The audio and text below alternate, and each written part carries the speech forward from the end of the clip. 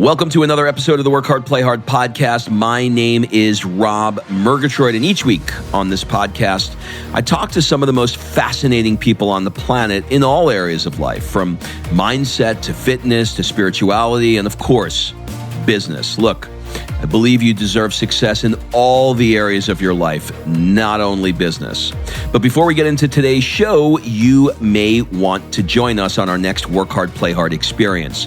This year, we're going to be going to Mykonos and Marrakesh.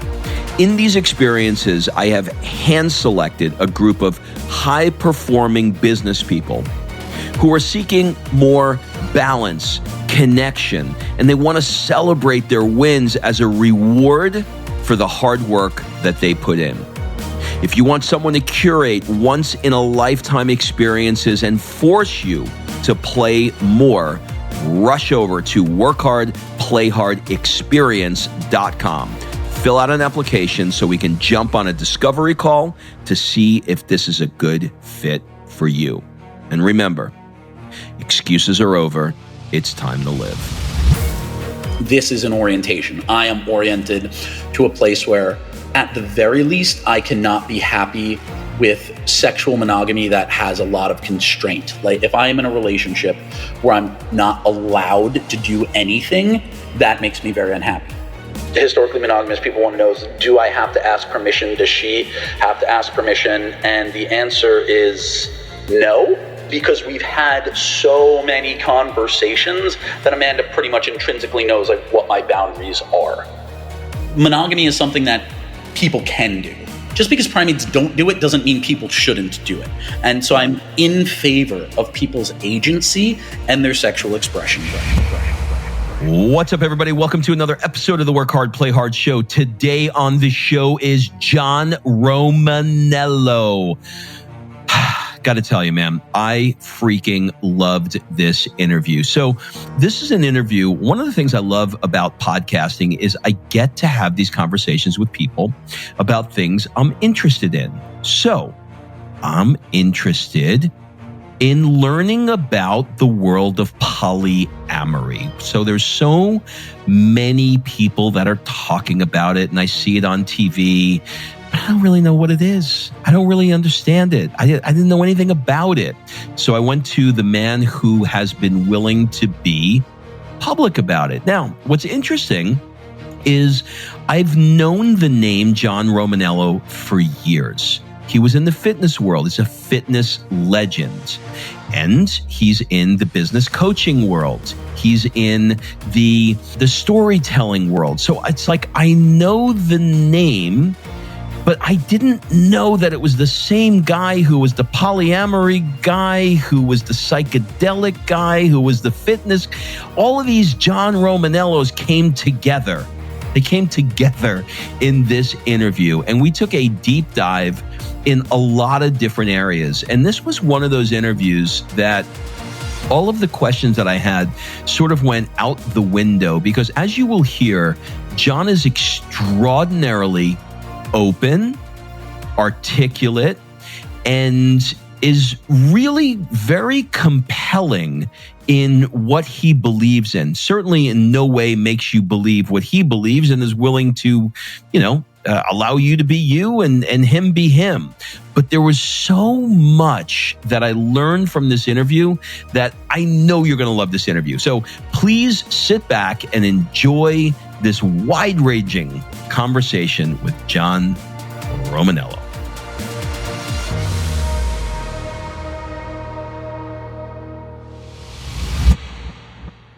Giovanni Vincenzo Romaniello III. Welcome to the show. Thank you so much. It is great to be here. You know, man, I am super pumped that you're here. This is going to be fun. And, I thought of something before I jumped on this. We haven't officially met, I don't think, although I don't know if it's some LSD trip I was on, but I feel like around 15 years ago-ish, I was at a Yannick Silver event and we met. Have you ever been there, and do you know who that is? I know Yannick. Was it in DC by any chance? Yeah.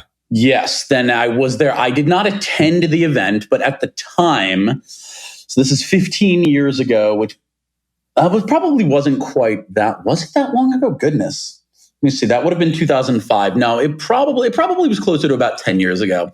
It could have been. Could have been. It was probably closer to 10 years ago. I was living here in New York City, and it probably would have been either Joel Marion or Craig Ballantyne, and I know Craig and Yannick have had a long and storied relationship, who invited me down. And as I often do, I just got in the car and drove down and crashed the event, did not buy a ticket, and simply hung out in the lobby and met people and drank. That sounds like the exact time we would have met. I think that's exactly what happened. And yeah, I think that was it. Okay. Well, that makes sense to me. Well, nice to officially meet you. And, with a name like Giovanni Vincenzo Romaniello III, I got to just say that, you would figure, or you would assume, that you couldn't be any more Italian.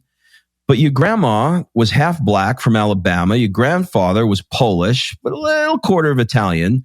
Yeah. Where did that strong Italian name come from? Yeah, that is such a great question. So my paternal grandfather was Giovanni Vincenzo Romaniello I. He was half Italian, and the other half was Polish Jew. And so I don't know why he was named Giovanni Vincenzo Romaniello. And more importantly, I don't know why when he came to the United, or he was actually, he was born in Italy. And I don't know why when he came to the United States and married my grandmother, who was half black and then Irish and Native American, I have no idea why they then decided to name my father Giovanni, and why my father then decided to pass it on to, at that point, it's just a strong name. And it is certainly more Italian than I am. But I grew up with what I would consider to be like a mixed race upbringing. As you mentioned, my grandmother's half black. She's from Buccaloo County, Alabama. And so I sort of grew up with a lot of people with very strong Southern accents, and then people who had absolutely no connection to being Italian other than that we eat pasta on holidays. And some of my family sound like they're in Goodfellas, but that's more a function of being from New York than it is being Italian. Do you identify, feel energetically, whichever way you want to answer it, more connected to Black culture, white culture, Italian culture, Southern culture? Which one? I am a New Yorker, and that's really the best way to put it. I grew up in Queens, so I understand. All right. So I'm originally from Queens. I'm from Jackson Heights. I'm from Rego Park. Okay. Oh, there you go. And then I grew up on Long Island. And so it's really interesting because I grew up in a very mixed race family. My grandmother was half black. Her first husband was black. And so she had 2 kids with him. And so my aunt and uncle, they're mostly black. And then my first cousin, who is like the closest person in my family, who's like one of my closest friends, her dad is Puerto Rican. And so she's half Puerto Rican and then like mostly black and then some Irish and Native American. And then there's me. And so I identify as being someone who is from a mixed race family, but I think it would be very irresponsible of me to say that I have the outward experience of a mixed race person, because I present outwardly as a white guy. And you know what? Let me rephrase. If I'm in the Northeast, or if I'm in California, I present as what people perceive to be as a white guy. If I'm from very, very white places, I am perceived as maybe Latino. So depending on where you're from and how white people are to you, I may not be entirely. Yes, contextual. I get it. But yeah, my experience is as like a white guy from New York. I don't particularly identify with being Italian other than the name. I identify as being a New Yorker, which means that my political beliefs are in line with that. I'm sociologically very liberal. I'm fiscally fairly conservative, but I very much am just a New Yorker. That's really my shtick.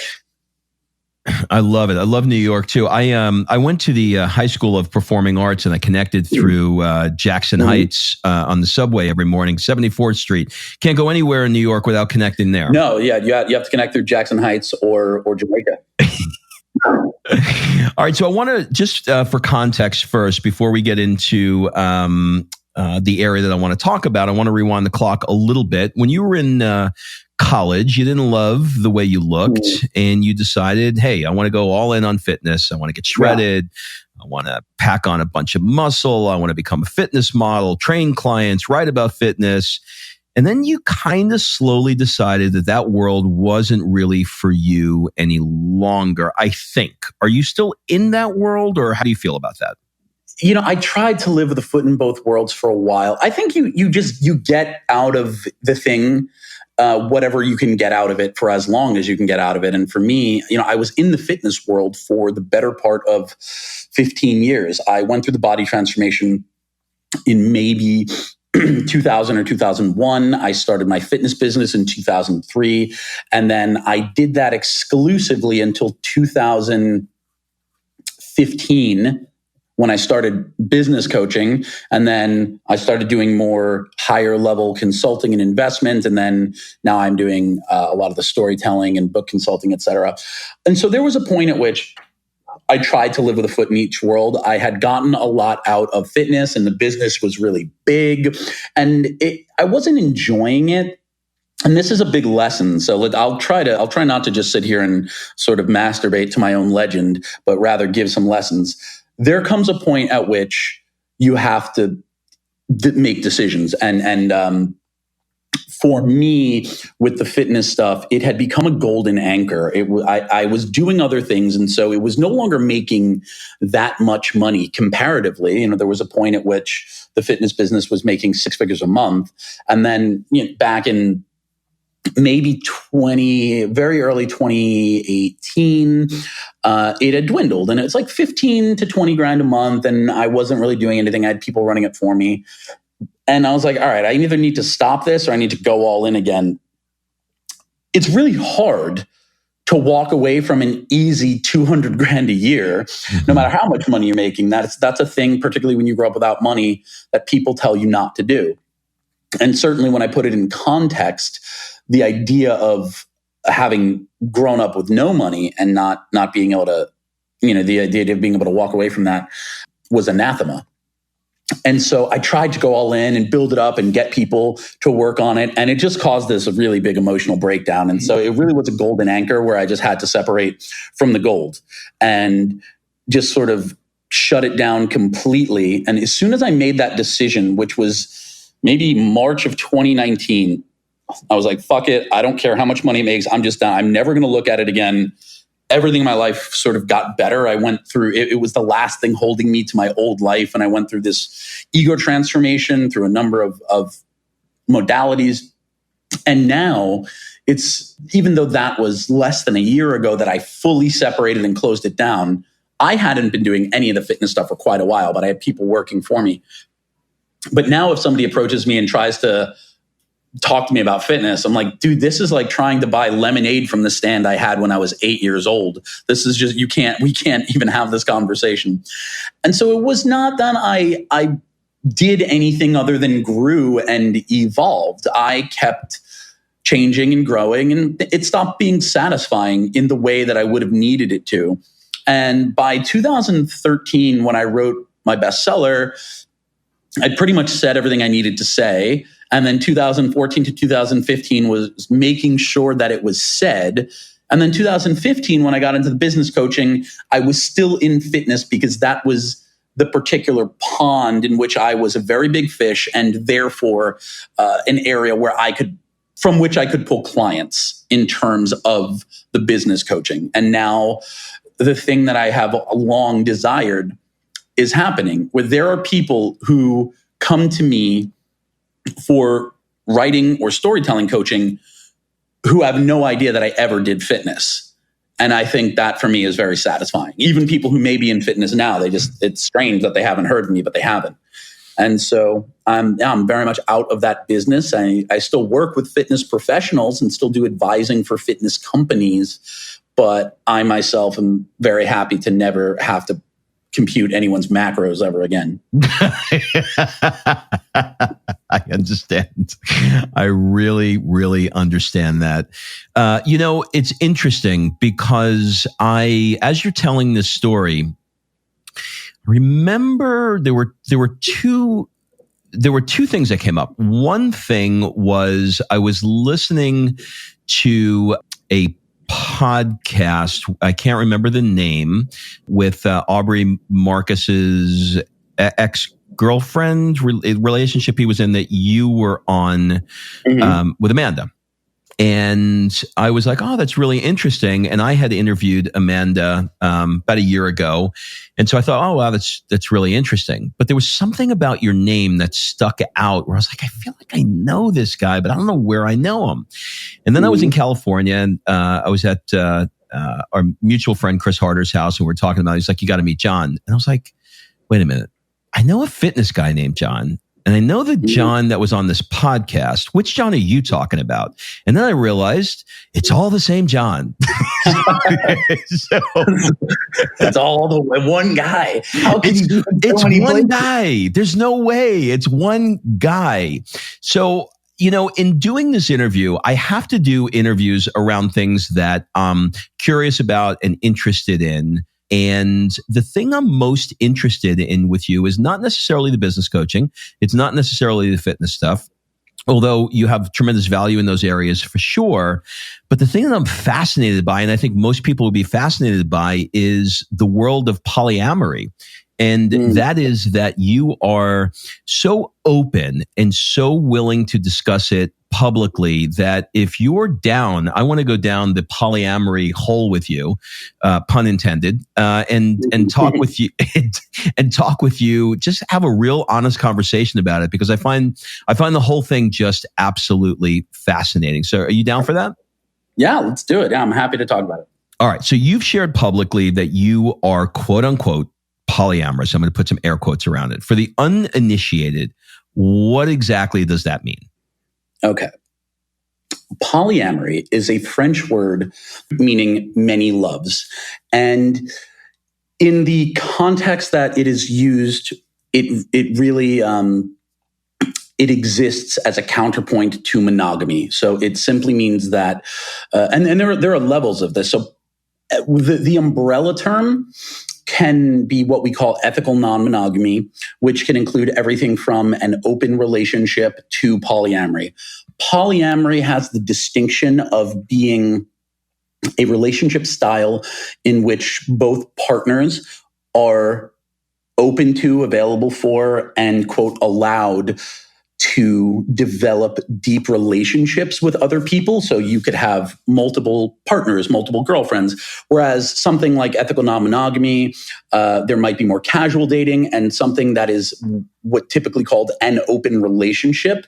That is usually what's called partnered non-monogamy, and it's more of a sexual denotation. So in the case of Amanda and I, either one or both of us could be sleeping with other people together or separately, whereas in poly, it has more of a relational designation.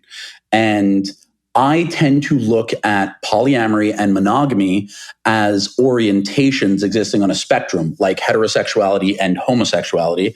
And I think that everybody falls somewhere on that spectrum. I think that I do not have any issue with monogamy. I think that when it's fulfilling, when people can do monogamy successfully and it makes them happy, it's beautiful.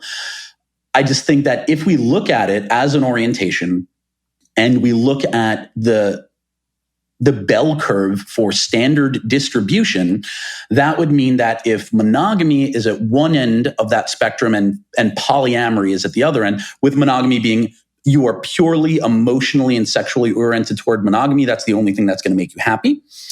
And there is the other end where you are purely relationally, emotionally, and sexually oriented toward polyamory. That's the only thing that's going to make you happy and feel fully expressed. Then the bulk of us, about 60 to 80%, will fall somewhere in the middle. And that would be where you fall naturally. That's your nature. But then, of course, there's your nurture. And you grow up in a society that socializes you to believe that monogamy is the only way. And if you are If that spectrum goes from 1 to 7, and I'm using those numbers because that's the Kinsey scale used for sexuality to measure homosexuality and heterosexuality. So if it goes from 1 to 7 on the poly monogamy scale, and you're like a 3, which means that you're 2.5 of 3. So if you were naturally born at around that, you can be socialized to like a 2 or a 1, and then you can live very happy monogamously. If you're a 4, if you're like right in the middle, you can be socialized to a 2.5, and it'll be difficult, but you can do it. And I think this is where most people are. They're somewhere between like a 3.5 and 4.5. That's just the standard distribution of a bell curve. And so a significant number of people, and if we look at the way that divorce is usually the result of either financial stress or some sort of relational stress coming from infidelity or something of that nature, then the vast majority of us are not good at monogamy. It is a struggle for us. That's not me attacking it. Those are just the facts. And if we look at, the sort of historical context, it's monogamy is pretty new. And so I struggled with it for a very, very long time. And I tried to live monogamously. This is before I knew what polyamory was, or before I knew that polyamory was an option for a way to set up your relationships. I just knew that after about 6 months to a year, I became very unhappy in my romantic relationships. And I would be sitting across from a person I love, looking at them and being like, I love you so much, and I want to be anywhere but here with anyone but you. And something about me is wrong and broken. And I went through the entire thing where I was like, am I a sex addict? Do I have problems with commitment? Does this come from emotional stuff? And eventually found the community and did all the research. And then I realized, okay, for me, this is an orientation. I am oriented to a place where, at the very least, I cannot be happy with sexual monogamy that has a lot of constraint. Like if I am in a relationship where I'm not allowed to do anything, that makes me very unhappy. If I'm in a relationship where I'm allowed, where the constraint isn't there, then I don't necessarily need to be dating other people, but it's available to me, then I'm happy. And that is sort of how I came to it. I've tried every version of monogamy. I've tried every version of therapy. I tried every version of putting different labels on myself.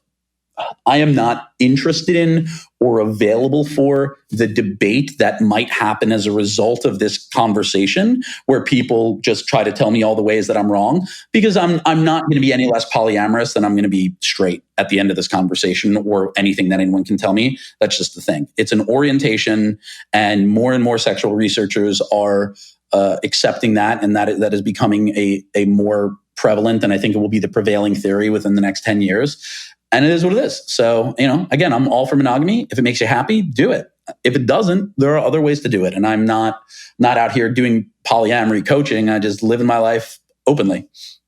Okay, I got it. Now I want to talk a little bit about what it looks like in real life. Drill it down a little bit more, let's say. So, all right. So if there's no constraints, that means that you're in a relationship now, and if you want to tonight, Friday night, you want to go meet another girl and go home with the other girl, or bring that girl home to your home, you have the forgive my hesitation, because I'm thinking I don't want to use the wrong words, but you have the ability to, or the freedom to be able to do either, based on the sort of like how you've set the relationship up. Is that right?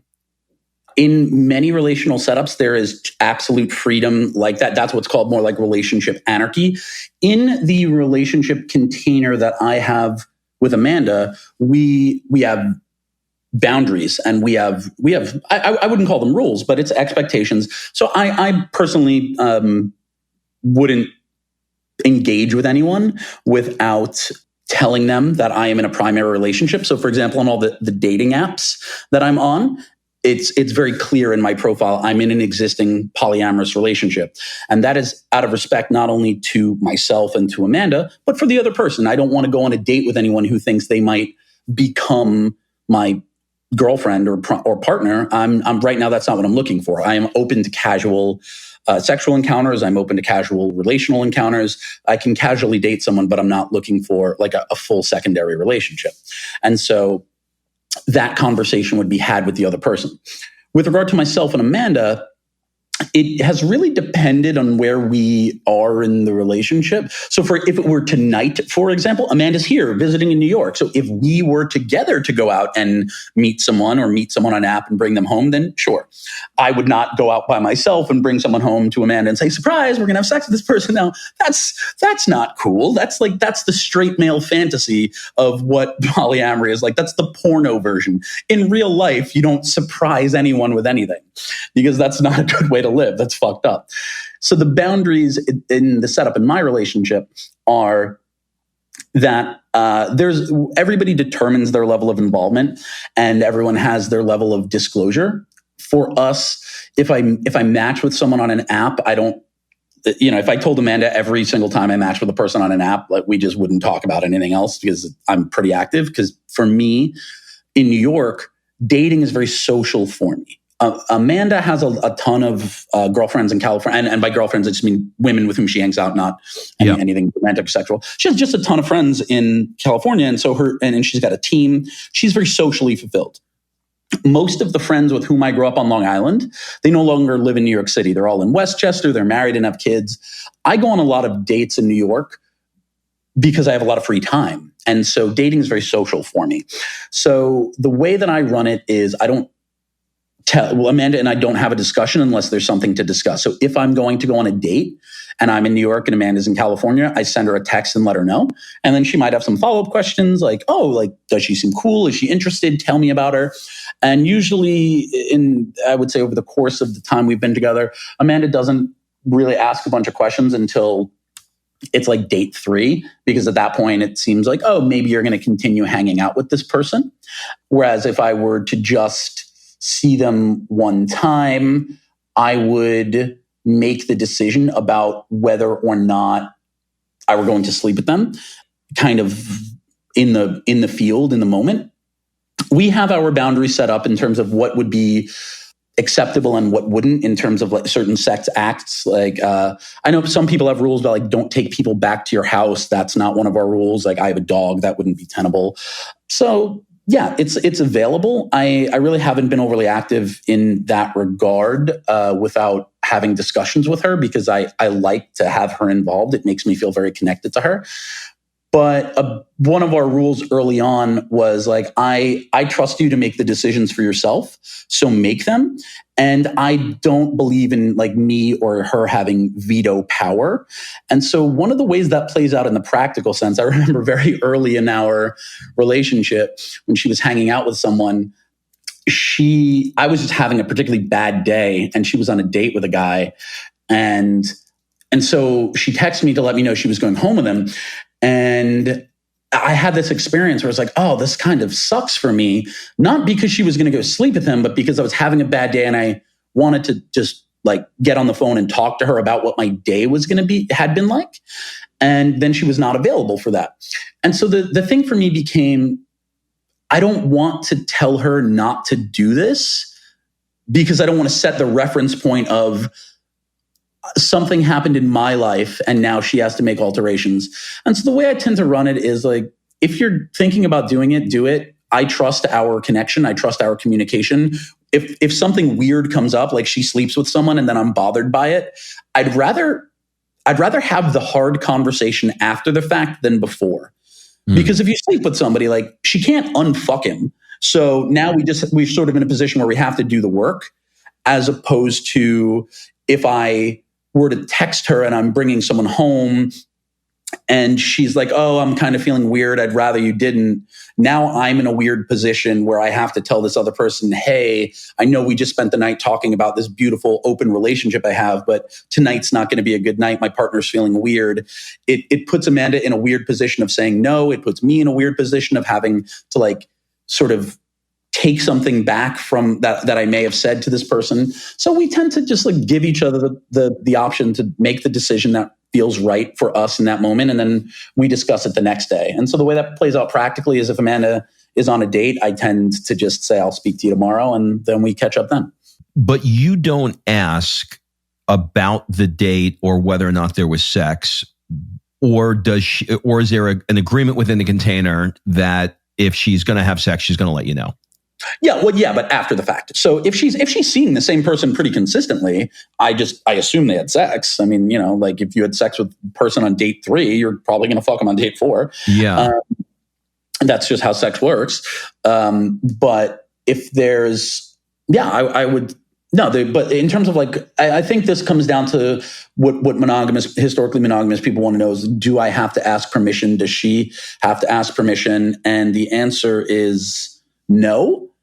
But the reason that works operationally is because we've had so many conversations that Amanda pretty much intrinsically knows like what my boundaries are. Got it. Okay, what about the logistics? So right now you're in New York, she's in LA. So so she lives in LA, but she's in New York this weekend. So we're together right now. Yeah. Well, right now, yeah, but I mean the logistics of your relationship as over the course of the year is that you guys are separated by 3,000 miles. If she were in New York living either with you or in the same town, would that change things in terms of your lifestyle? In other words, is it more comfortable, easier? Does it work better because you see each other, I'll call it occasionally? Or you understand what I'm getting at? I do. No. It is easier in that there are fewer things to navigate when you're in a long distance relationship. So Amanda and I, we see each other about 2 weeks to 2.5 weeks out of any given month. And when we're together, I'm staying with her and she's staying with me. And so there's no point at which I leave her house when I'm staying with her in California and go on a date, right? Because I'm there with her. But I have been in poly relationships where I live with the person here in New York. And then it is, I don't want to say harder. It's just a different setup where you are in the position where you have to have more conversations. And it is very much like, I am going out on a date tonight. This is what my evening is going to look like. And then certainly you're not bringing a person back home with you. So you're sort of only dating people who can host you at their place. So in New York, having roommates is very common. So that's something you need to navigate. It also absolutely limited my choices in terms of who I would be going out with, because it doesn't matter how much I like you, I am never going to fucking Brooklyn. I'm just like straight up never going to Brooklyn to fuck you. So it's not happening. You really are a New Yorker. I'm just 100%. I'm just like, no, I'm not crossing a bridge or going through a tunnel to go on a date with you. So right now, as it stands operationally, if somebody lives in Brooklyn or Jersey or wherever and wants to go on a date with me, they come into Manhattan and we do that, and then we can come back to my place. Whereas when I was living with a previous partner, my travel distance was, I'm such a New York asshole. I'm like, I am not going east of 6th Avenue unless I'm south of 23rd Street. It's just not happening. So funny. It's such a specific thing. So like the number of people I could see was significantly fewer. But yeah, so when we move in together, whenever that is, we will have to have a different structure. And so if I'm living in LA and I meet someone, I will have to say to Amanda, okay, I'm going on this date, and we may or may not wind up in a position where we are going to go back to her place and have sex. I have some poly friends here in New York who are married, and they obviously live together. And so when they meet other people, like one of the rules is they don't bring people back to their own house. They only have sleepovers or meetings outside. So it does change things. Everything is. The container changes based on the situation, and then each situation changes based on the specifics. That gives you kind of an overview, I think.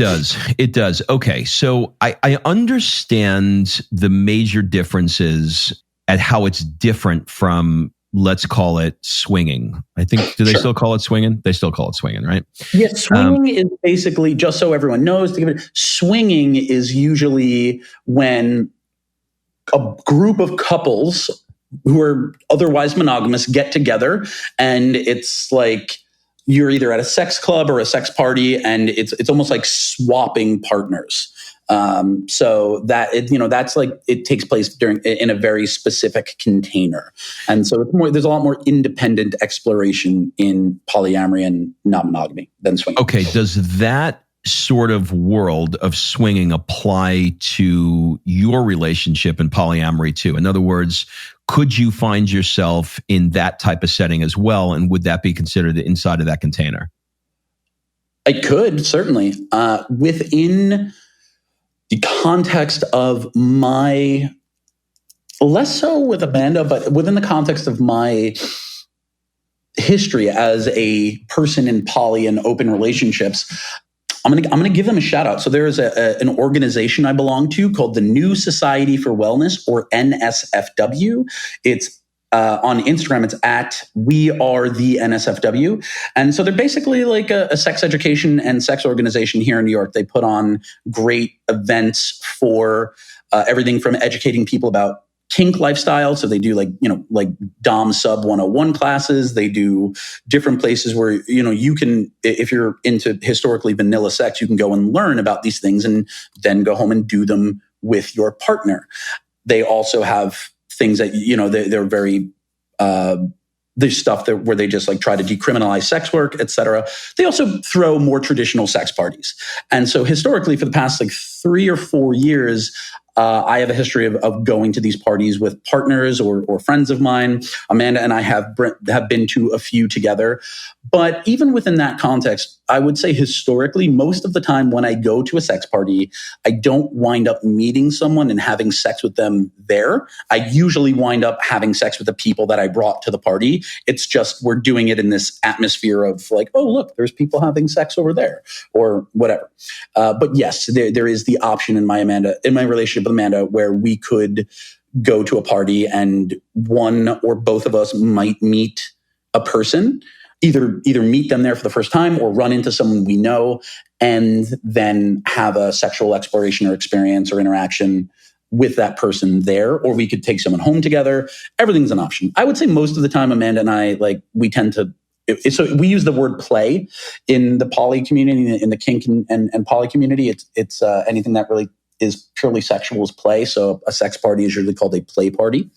And most of the time we wind up playing with other people together in a party environment, whether it's another couple or an individual.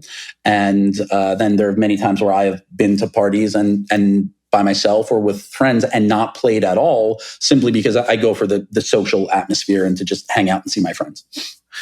You guys have been so incredibly honest publicly. Mm-hmm. Has that been something that in any way you either regret or has been a hindrance or I wish we didn't, or, any issues with family? Because, there's a lot of judgy people out there.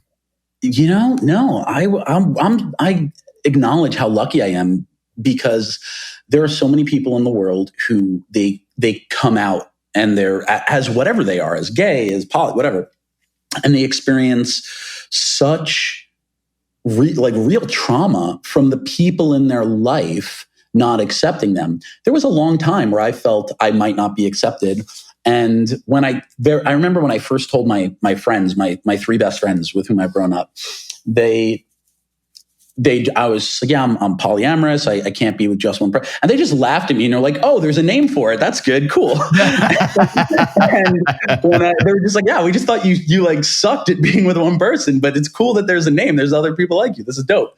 And then now, these are guys I've known since I'm 16.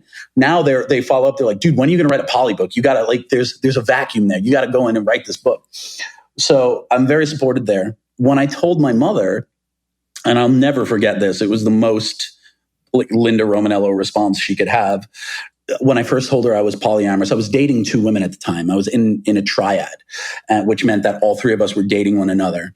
And I told my mom, I'm dating these 2 women. They're bisexual. We're all together and we're like going on vacation together, et cetera. And the first thing she said was, that makes so much sense for you. And it was totally like loving and accepting. And then it was about 45 seconds later, she just said, doesn't that get expensive?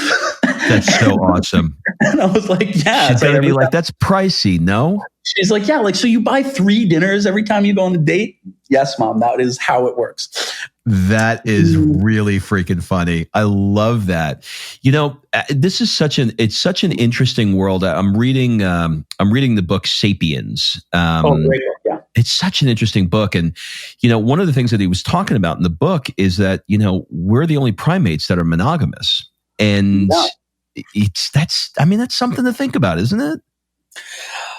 I mean, but you know what? At the same time, we're the only primates that have the internet. So I understand when people, because here's the thing. A big part of evolution is to get to the point where your cognitive function allows you to stand apart from those like you. Our genetics is, we have like 98% of the same DNA as a banana. So, we're the only primates who are monogamous. We're the only primates who live in houses and have working toilets and subjugate one another to the degree that we do. We're the only primates that have war and art, etc.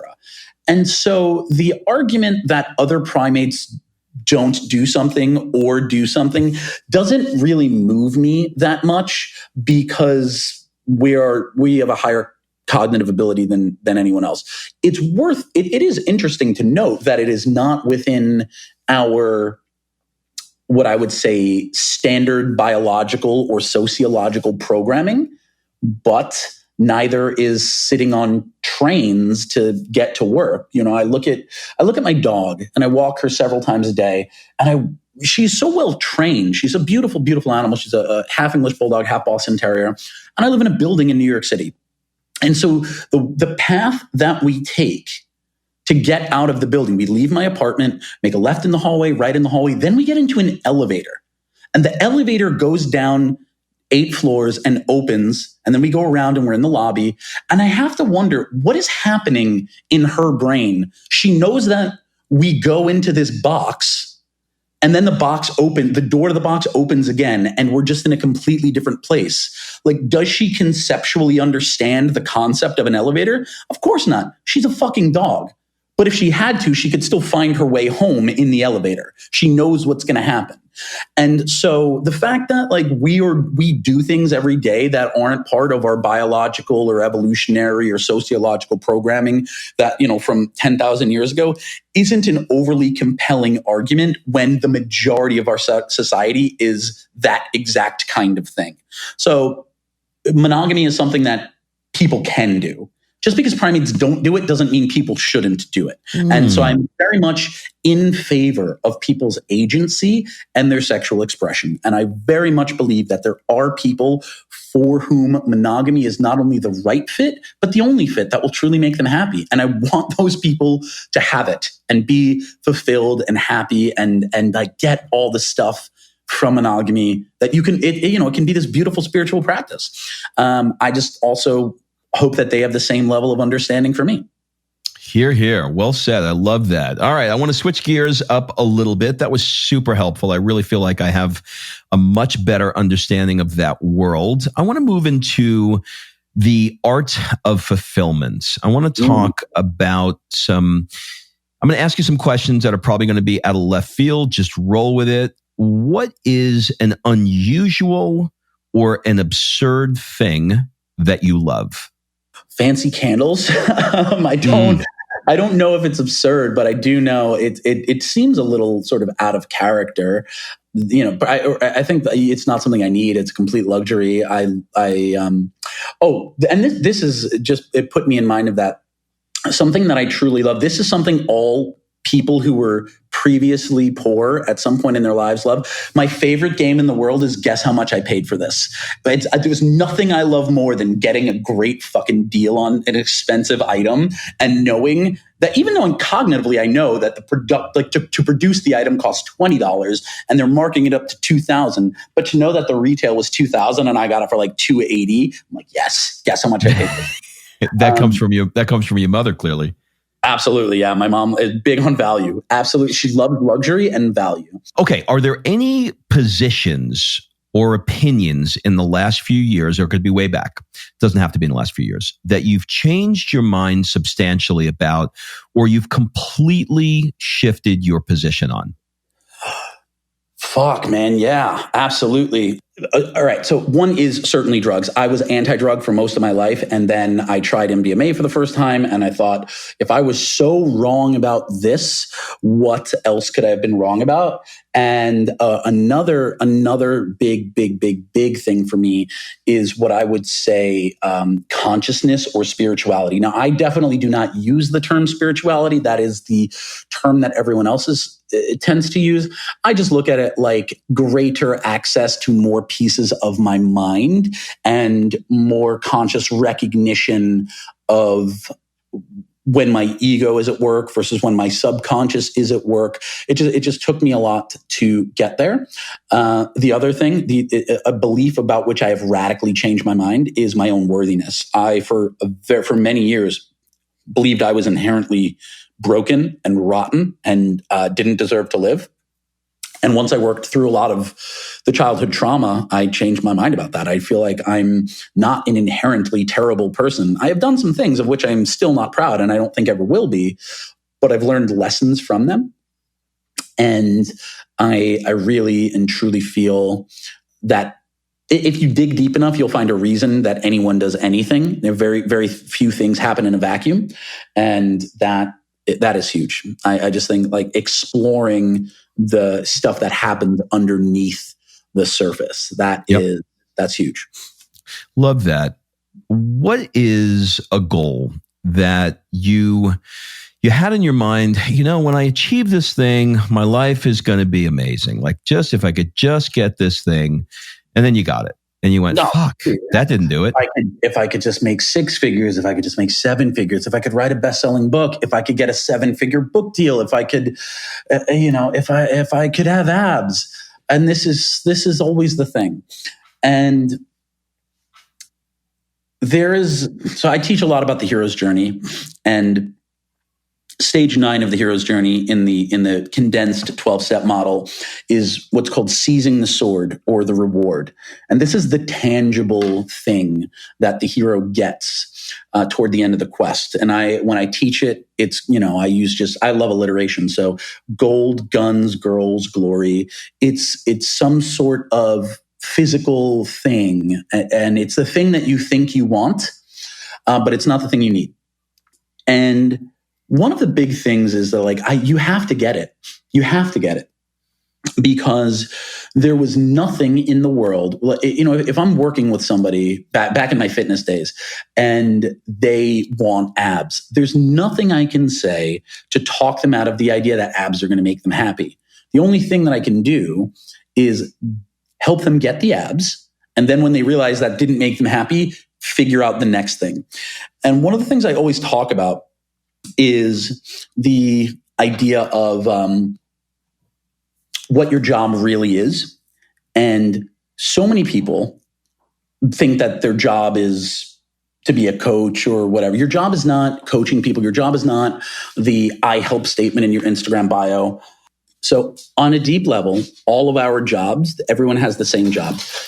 It's to get people from one level on Maslow's hierarchy of needs up to the next level in some area of their life, whether that is, money or whatever else. And so you can't talk someone out of wanting to make 7 figures. The only thing that you can do is accept that it's your job to help them make 7 figures, not only because that's the reason they hired you, but because out of service to them, only by helping them get to 7 figures are you actually helping them realize that 7 figures won't make them happy. And then when they get there, supporting them through that dissolution and that disorientation of now I have it and I'm bereft and what do I do? And then help them figure out what the next thing is. I love that. With every level comes a new devil. What are you currently struggling with? Yeah, the big thing right now is trying to figure out if I want the things that I say I want, and then wondering, well, if I want those things, why am I not working toward them? So big one last year, as I mentioned, was trying to realize all right, I definitely don't want to do this fitness thing. I kept thinking to myself, I want to do it because I had so much wrapped up in the achievement of having built all this internet real estate and having this big name attached to it and all this shit. But really, I just didn't want it to have the effort to have been wasted by now I'm not doing anything and the money dries up, because I liked the money coming in. It was easy. But now that that's done, it's more, well, what are the things that I like doing to generate the money that allow me to live? And so for me, the level is really figuring out like, well, let me detach from money. How much do I need versus how much I want? Like, what am I going to do with it? What do I do with my money? What do I even do with this shit? And at this point, I have a really, really beautiful business. I'd like it to be a little bit more streamlined, because I let things fall through the cracks, and I hate feeling like I forgot shit. And I don't like feeling like, oh, I was supposed to get this to a client and I forgot, I'm an hour late and whatever. So I just don't want any of those moments. So I'm working on hammering out the things that make me feel disorganized. But I love teaching storytelling workshops. I love getting to the point where I'm in front of a room full of 7 to 10 to 12 people and just teaching them all of this stuff, and then being able to like go home and write about it. And so the devil is the temptation to scale, to just be like, oh, if you turn this into a book and then turn this part into a course, and then you can have marketing, you can add selling the storytelling course. And I'm like, do I really want to fucking do all that fucking shit? I'm like, no, man, I just like teaching. Now, I just like teaching it. I don't want to do the other shit. If somebody came along and did it for me and took my content and they were like, hey, we did the thing and we wrote the sales page and now it's just on the internet and you're going to make an additional like $8,000 a day, I wouldn't say no. But I'm really just working on honoring my authenticity, my truth. I'm like, all right, I'm not taking action on that thing. I guess it's not that important to me. And instead of beating myself up and making myself feel shitty about not doing it, I could just be like, oh, yeah, I guess maybe I really don't want that thing. That was so good. I needed to hear that. That was really, really good. What's your thoughts on Donald Miller's story brand? I think it's great. I think it's very, very good. I definitely think it's very businessy, which is good. It's not bad, but and it's good for branding. It's good for business. It doesn't pay as much homage to the art of storytelling as I want. It's a little bit more formulaic, in much the same way that like copywriting is pretty much paint by numbers. Storytelling can be. But anything you're going to build for absolutely massive consumption by so many people has to be more generalized. And honestly, like maybe it's my ego just being like, well, that thing is huge and my thing is small, so like mine is like all artistic and not as many people are going to get it. I don't fucking know. It's like it's his way of doing it, and it's helping a lot of people. And I like the book, and it's awesome. And if I wrote a book and it sold that many copies, I'd be. So Donald, if you're listening, you killed it, bro. Keep doing it. Okay. In this moment, just like kill my ego and just be like, it's fucking great. Do that thing or do mine or whatever. Either way, learn how to tell stories. You're going to be fine. I love that. Okay, 2 more questions. If you had to give a TED talk on nothing that you're known for, nothing that you speak about, so we're going to take fitness, polyamory, psychedelics off the table, anything that you have a passion for, what would it be? Oh man, fuck.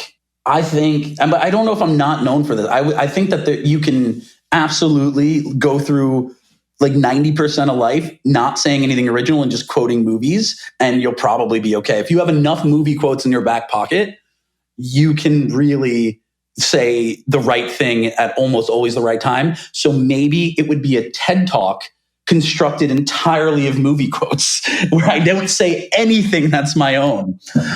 But other than that, I mean, I think interior design, I really like that. I think I could tell people why their environment is super important.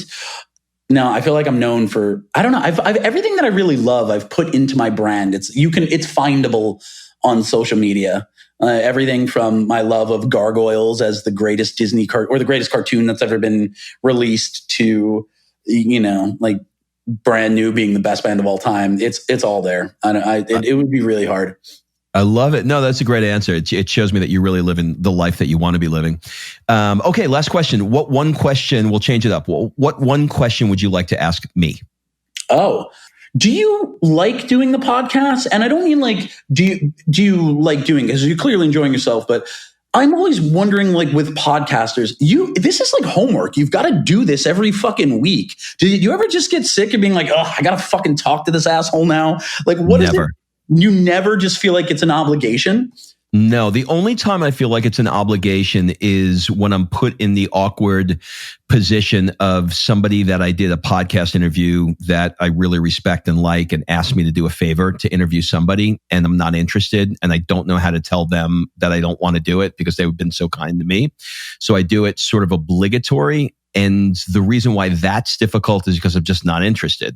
So I only pick podcasts. I only pick interviews that I'm interested on. So like to be able to have a conversation with you about a subject like polyamory that I fucking know nothing about, and being able to get you to truly feel comfortable to be able to talk about it so that I can learn and separate any opinions that I have, whether it's polyamory or psychedelic or anything that we're talking about, is so incredibly interesting to me. What isn't interesting is talking to one more life coach. Like I want to shoot myself if I talk to, you know what I mean? Or talking to somebody about fitness and how to get great abs, like things like that. I can't do. So to answer the question, I absolutely love it as long as I have an interest. Because the moment I don't have an interest, somebody feels it and they're like, oh, he phoned that one in. Got it. So how, and forgive me for not knowing the answers. How often do you do the podcast? Twice a week. So you do twice a week, and is it one solo cast, one interview, or how does that get set up? Mondays is a long form interview, which is what I just did with you. And Fridays today is an interview, not an interview, a conversation with my wife. We call it Fri Date. So we get in the studio and we talk about whatever's up. You know, we have a 5-year-old daughter, and, you know, we just got back from living in Italy for a few months. And so we podcasted all through Italy, and, you know, whatever challenges we're going through, we share. And I love having that conversation as well. So those are the 2 episodes I do every week. And then I do, as part of a bigger thing, I do a work hard, play hard mastermind that is different than any mastermind out there. For example, let's see, mutual friends Chris and Lori Harder came to the last one we did in the south of France. And when they woke up in the morning, I had vintage cars that were waiting for them outside of their hotel. There was 20 of us there, and I had 1960s, 70s Ferraris, you know, et cetera, old Porsches that were all lined up. And we went on a car ride through the French Riviera, and then we did a goal-setting session in a castle in Ez. The next morning, I had speedboats that were waiting for them, and we went off to Saint-Tropez and partied for the day and some exercises over there.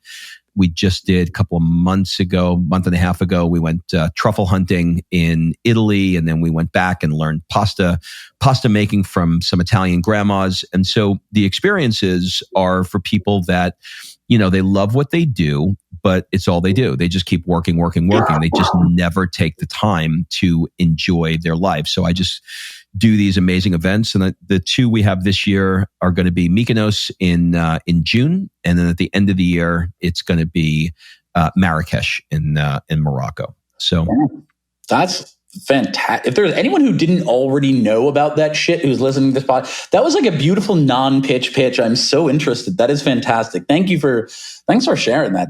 It's really nice to hear someone who's so passionate. I have been terrified. As you might imagine, I often get asked, John, why don't you do a podcast? And my answer is always, because then I've got to do the podcast every week. It's like, now it's a commitment. It feels like homework. And it's really nice to just be able to ask that question and get such an honest and enthusiastic answer. And so it's really nice to hear that someone is not just within their zone of genius, but within their zone of love, because I think those 2 things can exist separate from one another. There are things that many people are awesome at, but don't bring them joy. And you know, again, in the same way that I was, you know, top tier in the world at fitness, and now if you ask me to do your macros, I'm just going to hang up on you. It can be the same thing. And it's really nice when the the proficiency and the passion have complete and total interplay between the two of them, because that's real profound. And you obviously have that, and it's great to hear how much you love it. And you're very good at this. I don't do as many podcasts as I am asked to do, specifically because many interviewers seem to be phoning it in, but you came in with really exciting questions. You knew references from other interviews and you really do treat this like an art form. And if anything, it reinforces for me the fact that I should probably not do a podcast, because I'm probably not going to do it anywhere near as well as this. You killed this. And I really just want to honor you for that and show deep gratitude for treating me with the level of respect that you do, and you do for all your guests, because this is really, it's an art form. It's not just, two people setting up a microphone and chatting. You really made me feel very special. And I want to say thank you. And I know that it's your podcast and your listeners here do this every week, but as someone on the receiving end of it, I don't get it that often. So truly, thank you. This was really fantastic for me. Thank you, man. I appreciate it. Give Amanda a big hug for me, and let's make sure we connect somewhere in the world. I will. Absolutely. Thank you again.